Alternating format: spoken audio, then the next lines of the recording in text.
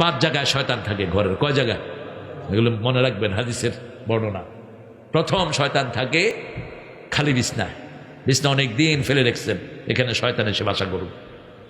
এই জন্য বিছনা যখন আপনি থাকবেন না, বিছনাকে উল্টিয়ে বিসমিল্লাহির রহমানির রাহিম পড়ে উল্টিয়ে রাখবেন। আর যখন দীর্ঘদিন পরে আসবেন, আয়াতুল কুরসি এবং সূরা নাস ফালাক পড়ে ফু দিয়ে তারপরে বিছনায় যান।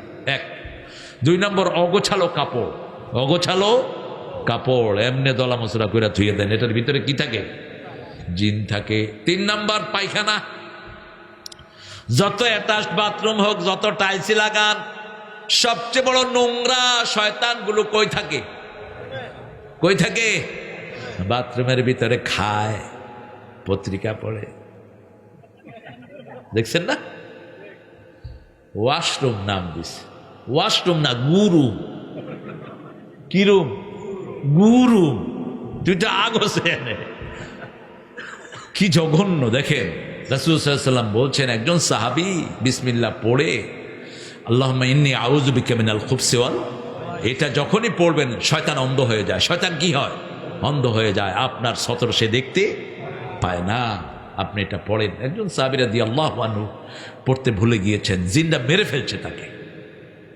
মিশকাতে আসছে হাদিসটা, জিনটা তাকে মেরে ফেলছে। কয় নাম্বার বললাম? 3। 4 নাম্বার, চুলার কাছে। কোথায়?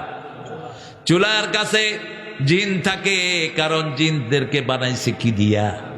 আগুন দিয়ে। আগুন হলো এর খালাতো ভাই।